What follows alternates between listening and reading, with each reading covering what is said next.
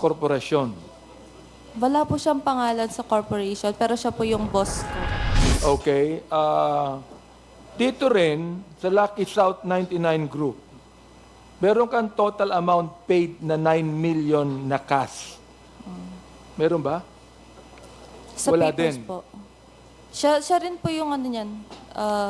Yung boss din po yung nagde-decide. Si Mr. Wood din. Hindi po. Hindi mo alam. Hindi mo alam na siya ang corporate secretary. Yun din po yung kinakagulat ko, to be honest. Duration.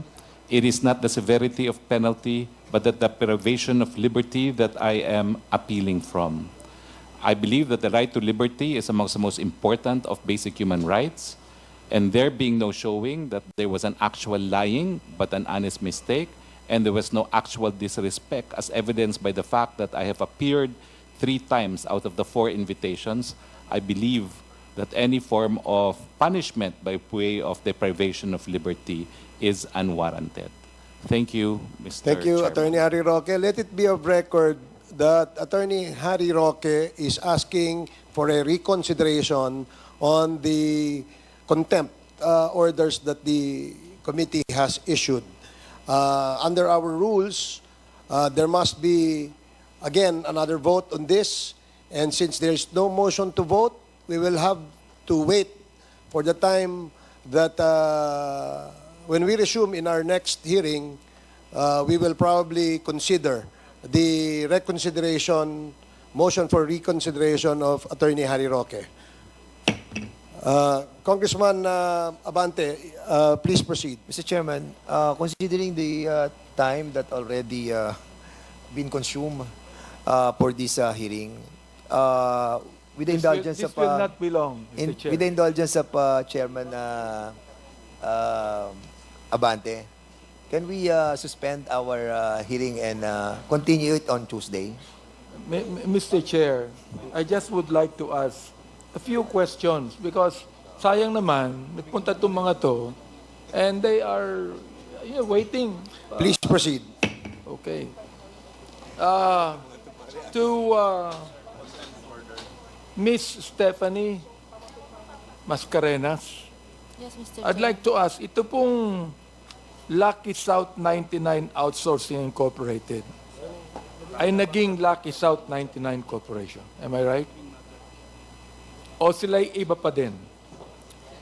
As far as I know po, same lang siya. Pero yung pong final ko, initially is outsourcing. Lucky South 99 outsourcing. At that time na nasa company po ako. So nag-iisa yan. Isang korporasyon yan. As far as I know po. Kasi if iniba po nila or nag-ano sila after Di, ang tanong ko, 2019. merong Lucky South 99 Outsourcing Incorporated. Yun lang po yung Merong final Lucky ko. South 99 Corporation. So pinag-isa na yon. Kasi kasama ka as incorporator eh. Mr. Chair, nag-stay lang po kasi ako sa company until 2019. Ano yun? Ano yun? Nag-stay lang po ako sa company until 2019, December 30. Yes. Then afterwards, hindi po kasi ako aware na my name was still being used. So, kung ano po yung ginawa nila, hindi po talaga ako aware. Okay. Ano ang position mo sa korporasyon? Initially po, HR manager. Tapos, pero marami po sila pinapagawa sa akin. And hindi po ako sa Whirlwind Hindi- or Lucky South. Sa Dragon Wealth System po ako na-hire. Hindi ka aware. Pero meron After ano po? After 2019. So hindi totoo ito na meron kang total amount paid na 6 million. Hindi po, Mr. Hindi Chair. po totoo 'yon. May alam po akong amount is 9 million. Nung 6 nag-file million. po kami. Hindi totoo na ikaw ay may total amount paid capital na 6 million. Hindi totoo po. 'yon. Hindi po. Wala po akong 6 million. Wala kang alam tungkol doon. May alam po ako. May napag-usapan po kami nung So hindi boss. totoo na kayo po ay nagbigay ng 6 million na paid up capital sa Lucky South. dito sa Lucky South 99. Hindi po ako yung nagbayad. Hindi po ako. Hindi ikaw ang nagbayad, pero may nagbayad para sa'yo. Yes po. Sino po yon? Si Mr. Wu po, yung boss ko. Sino po? Mr. Wu. Mr. Wu. Wu. Yes po. Anong pangalan po niya? Initially po explain ko lang po, nung sa Pampanga, hindi ko na po talaga maalala. Ano ang kanyang posisyon sa korporasyon? Wala po siyang pangalan sa corporation, pero siya po yung boss ko. Okay. Dito rin, sa Lucky South 99 Group, meron kang total amount paid na 9 million na cash. Meron ba? Sa Wala papers din. po. Siya rin po yung ano niyan. Yung boss din po yung nagde-decide. Si Mr. Wu din. Wu po ba? Anong pangalan niya? Duan Ren Wu po, Mr. Chair. Ano ang pangalan? Duan Ren Wu. Guana rin Wu. Duan Ren Wu. Ano po siya? Siya ba Chinese? Chinese National? po. Chinese It's national either po Chinese siya? or Taiwanese po. Oh, okay. Mr. Chair, I'd like to make a motion that we invite Mr. Wu in the next hearing that we're going to have. So I move, Mr. Chair. What is the pleasure of the co-chair, Chairman Abante? What's your pleasure? My motion is to invite Mr. Wu, the one that actually paid the capital of Stephanie Mascareñas, Okay, the who COMSEC, is not actually a member of the corporation. okay, the COMSEC is hereby directed to ano yun, subpoena ba yan? Ano ba yan? Invitation. Invitation to Oh, invite. to invite that particular personality. Okay, Go ahead. so Ms. Mascareñas, katulad po ni Ms. Paterna, sinasabi niyo po dito sa committee ito na hindi niyo alam ang pinasukan niyo. Alam ko po, nag-usap Alam mo. po kami. Pero initially po, outsourcing. And ang alam ko po is table games like Baccarat. Yun Ano po yun? yung... Ano po yun? Ang alam ko po kasi is legal talaga. Nung ako po yung nag-ano. Kasi alam Baccarat, alam ganyan, mo yung online pinasukan mo na casino. korporasyon, alam mo legal. Opo, ako po kasi nag-file ng SEC niyan. Alam mo rin po na ito'y pogo. Wala po akong idea about Pogo before. So, ibig sabihin, inaral ko alam po mo siya. legal ang korporasyon, Yes, pero alam wala ko kang legal. idea na ito ay pogo. Eventually na lang po. To be Eventually honest. nalaman mo Yes, eventually na. na lang. Well, ilang buwan mo nalaman afterwards? Around 2 to 3 months po. Well, although 2019 pa po yun eh. Inyo bang kilala si Miss Paterna? Actually, hindi po. Pero if ever po, Ngayon nagpunta lang kasi kayo ako nag-meet sa ano. ni Miss Paterna. Ganito po yun. Na-meet ko siya first time sa Senate. Yes or no? Ngayon lang po ba kayo nag-meet ni Miss Paterna? No po, nung sa Senate yung first time. Okay, pero hindi mo alam na siya ay kasama sa korporasyon. Hindi po. Hindi mo alam. Hindi mo alam na siya ang corporate secretary. Yun din po yung kinakagulat ko, to be honest. Oh, nakakapagtaka yung korporasyon ninyo. Opo. Oo, ang gulo eh. Ngayon naman, Miss Paterna naman, tatanungin kita, kanina, nabanggit mo yung law office, ano? Di ba? Anong law office uli yun? Yung humahawak po ba ng Lucky South, Mr. Chair? Ano po yung law office na yun? Yung law office po na nabanggit ko po kanina, sila po yung humahawak po sa akin ngayon. Pero yung attorney po na humahawak ng Lucky South is yung nabanggit ko po Hindi. before. Nasabi mo sa aming investigation last time na naging corporate secretary ka, pero pinipirmahan mo lang ang lahat ng papeles, pero hindi ikaw ang gumawa, correct? Tama po, Mr. Sino Chair. pong gumawa?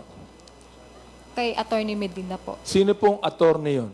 Anong pangalan po ng attorney gumawa? Sa pagkakaalam ko po, Mr. Chair, Jared Medina po. Attorney Jared Medina. Jared Medina. Yes Andito po. siya last time, di ba? Andito po ngayon. Ando po sa attorney Medina. Andiyan po ba siya? Attorney Medina, will you please come here? Ikaw, nag-under oath ka rin, di ba? Oo, pero nung meeting namin last time, tinanggihan mo eh, na ikaw ang gumawa ng papeles eh. Your Honor, Tinanggihan mo last time na ikaw ang gumawa ng papeles. Yes or no? if I Papakita namin sa inyo ang record namin dito. Oo. Yes, Your Honor. Tinanggihan mo ba last hearing na ikaw ang gumawa ng papeles na pinirmahan ni Miss Paterna? Your Honor, to the best of my knowledge, alam ko po hindi kami. To the best Teka, of... tandali lang. Opo. Sinasabi ni Miss Paterna, ikaw eh. So tinatanggi mo yon. Yes, Your Honor. Sa pagkarinig ko po rin sa kanya last time, sabi po niya, hindi niya alam kung sino ang gumagawa. Binanggit niya ang pangalan mo ngayon. Opo. Okay, so therefore, tinatanggap mo ngayon na ikaw ang gumawa. Mayroon po kaming ginawa na dokumento, pero hindi po lahat. Sinong kayo? Yung pong Sino? law office po namin, sa totoo lang po, Your Honor, hindi po ako nakakaalam lahat ng mga dokumento kasi may iba kaming mga staff. Sino po ang nakakaalam lahat? Yung pong mga staff namin. Pero ikaw lang ang kilala ni Miss Paterna. Yung po kasi ay law office namin. Attorney Gerald Medina po, from Medina, Flores, and So, Opuy. ibig sabihin, nagsisinungaling si Miss Paterna ngayon nung binanggit ang pangalan mo na ikaw ang nagpapirma sa kanya. Opo. Ikaw ang nagpapirma, hindi. Hindi po. Nagsisinungaling si Miss Paterna o Yes ikaw po. ang nagsisinungaling? Siya po. Miss Paterna, uulitin ko. Nabanggit mo ang pangalan niya. Hindi ba? Kilala mo siya. Siya lamang ang kilala mo sa law office, correct? Yes po, Mr. Chair. Ano pong ginawa ni Atty. Medina na nakilala mo siya? Yung may mga, pag po nagsasign po ako ng mga dokumento, sa law firm niya po ako nagsasign, yung sa logbook po. Kaya po kilala ko po si Atty. Medina. Yung alin po? Yung logbook, Mr. Chair, kung... Siya ang nakikita mo. Siya ang umaharap sa'yo. yung tauhan niya po. Hindi siya mismo. Nakikita ko po siya, Mr. Chair. Nakikita mo siya, pero hindi siya napapirma sa'yo. Si Miss Cassandra po. Yung tao niya. Opo, Mr. Chair. Teka. Nakikita mo siya. Anong ginagawa niya? Nung nakikita mo siya. Nakaupo po, Mr. Chair. Sa Kaya nga, office nakaupo. niya. Anong ginagawa niya? Siya ba ang nagpapirma sa'yo o hindi? Minsan po, Mr. Chair, pero minsan po yung tauhan niya po. O, Atty. Medina, sinasabi po ni Miss Paterna, minsan, ikaw ang nagpapirma sa kanya. Yes, Your Honor. O, Yung po- inaamin mo. Inaamin mo ngayon na may pagkakataon, ikaw ang nagpapirma sa kanya. Yes, Your Honor. If I may explain po. Kaya po pinapirma yon kasi kaya po yung pong alam mo, under oath ka, Yes po, abogado ka. yes po. Alam mo dapat ang ginagawa mo. Yes po. Hindi ba? Yes po. Last time, teka. Yes po. Last time, itinanggi mo na ikaw ang nagpapirma. Ngayon, inaamin mo na. Kaya nga po, if I may explain, Your Honor, kung bakit po gano'n yung sagot ko. Kasi po, ang sinasabi niya, pinapipirma ko po siya. Hindi ko po siya pinipilit pumirma. Ang term po na pumipirma sa amin, kaya sabi po niya, logbook, ang proseso po sa opisina namin ay napakahigpit. Kung meron kang dokumento at gusto mo yung manotaryo, kailangan mo ng personal presence sa harap ng abogado at sasabihin mo sa kanya na yung dokumento na yun ay dokumento mo. Yun po ang proseso ng pagpapapirma, sinasabi niya. Kung yun- Nakakapagtaka naman ng napakahigpit ninyo, pero kayo gumawa ng mga papeles, pinapirma niyo ang corporate secretary na hindi niya alam. Hindi niya alam. Wala siyang alam dito. Yun ang sinasabi ni Miss Paterna sa amin. Your Honor, if I may, Mr. Chair, kaya po kami ganun kahigpit, kasi nga po, yan po iniwasan namin. Kinatagalan, baka sabihin ng nagpanotaryo sa amin na hindi naman siya dumating, hindi niya alam yung dokumentong pinirmahan niya, kaya po kami ang mahigpit bilang notaryo publiko. Kaya po ang proseso ng notary public is that there should be personal presence ng pipirma doon sa dokumento. Ilang beses ka nang nag-attend sa hearing na ito? Pangalawa lang po, Your Honor. Pangalawa, ikaw ba ay nag-absent minsan o lahat inatenan mo? Lahat po inatinan ko. First time lang po akong na-invite last time, Your Honor. Mahirap paniwalaan ang sinasabi mo ngayon sapagkat ito ay tinatanggihan ni Miss Paterna. Naunawaan niyo ba ako? Yes, Your Honor, ba't nagsasabi po ako ng totoo? Well, ibig sabihin niyan, ito pong Lucky South 99, kayo ang gumawa ng mga papeles niyan. Kaya yan po yung naging korporasyon. Yan po ay mariing kong tinatanggi. Kaya po ang sabi ko kanina, kami po ay isa lang sa kanilang mga lawyers. Kaya sinabi yes na po, or no lang po, yes or no lang. Kayo po ba ang gumawa ng papeles ng Lucky South 99, kaya ito ay naging korporasyon? hindi po, Your Honor. I categorically deny that. Hindi po ako yun. Sino po ang gumawa? Si ano po mas nakakaalam? Si Stephanie, na nandito naman po ngayon para klaro lang po lahat. Miss Stephanie, nabanggit ang pangalan mo. Yes, Mr. Sino Chair. pong gumawa? Yung pong sa file na pinakita sa akin kanina, ako po yung nagpirma. Pero kung hinat-notarize po siya na hindi sa office ni na Attorney Medina, hindi po ako present doon. Kasi meron pong pinakita sa akin si Cathy before na file ng Lucky South 99 na hindi po ako nag-appear sa notarization niya. Alam mo And din after ba, that Miss po. Macarenas, na ang incorporators, directors, officers, beneficial owners, and authorized representatives of Whirlwind Corporation, nakasama ka din doon sa Whirlwind Corporation, a sublessor of Lucky South 99. Yung ba yung tinatanggap Yes, mo? Mr. Chair. Alam ko po yun. Kasi ako po yung nag-suggest nun eh. Well, Mr. Chair, tatapusin ko na po ang ating pagkatanong dito upang para po sa pakiusap ni Chairman Dan Fernandez. Chairman. Yes, Mr. Chair, briefly lang kasi meron pa ata magsasalita. Mag-interject lang ako. Stephanie, the same kind of issue no with Ronaline Baterna. You were the president ng Whirlwind? Whirlwind, correct?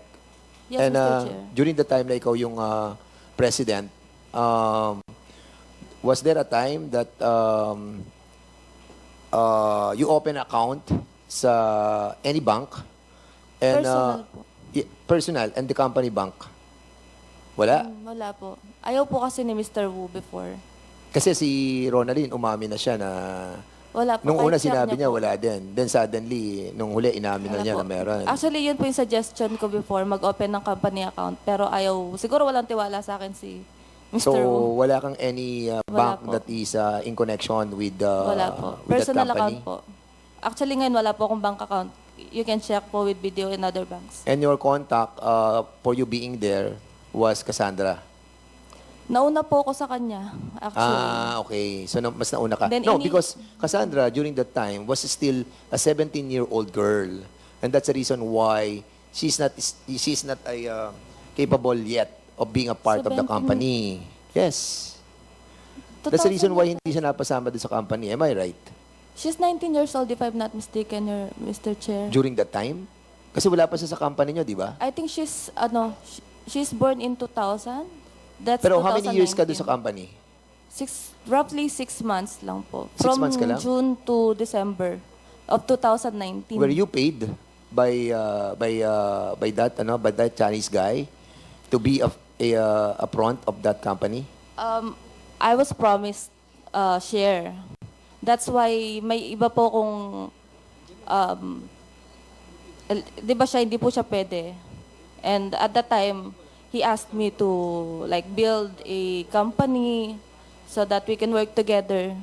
And he Okay. promised like a certain amount of Okay, Mr. Chairman, we will be exploring na lang some questions. I think some members would like to ask more, but I would like to reserve my time. No? Next time, medyo pagod na rin ang mga chairman. At alas 7 na po ng gabi.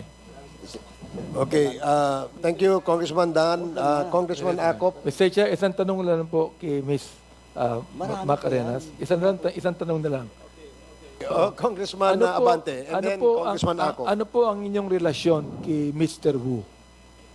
boss po. Wala na pong iba. Friends. Boss lang talaga. Boss lang po talaga. Ayun po ang akin tanong. Hindi kayo friends ni... Hindi po. Thank you. Congressman Acop. Congressman Paduano. Thank you, Mr. Chairman. Anyway, I have a lot of questions for Ms. Subaterna and Ms. Carnias, but I will just reserve it on the next hearing, Mr. Chairman. Kasi a while ago you mentioned that you were not there during this when that document was signed by the lawyer, Notary Public. Di ba? I remember seeing a document po that is notarized in Bamban. But you are not there personally. If it's in Bamban po, I was not there. Oh, you were not there. But it was notarized. It's Oh, notarized. di may problema yung law office na yon because supposedly yung notarization, the person that affects his or her signature must be present. Anyway, I will not discuss that. We'll discuss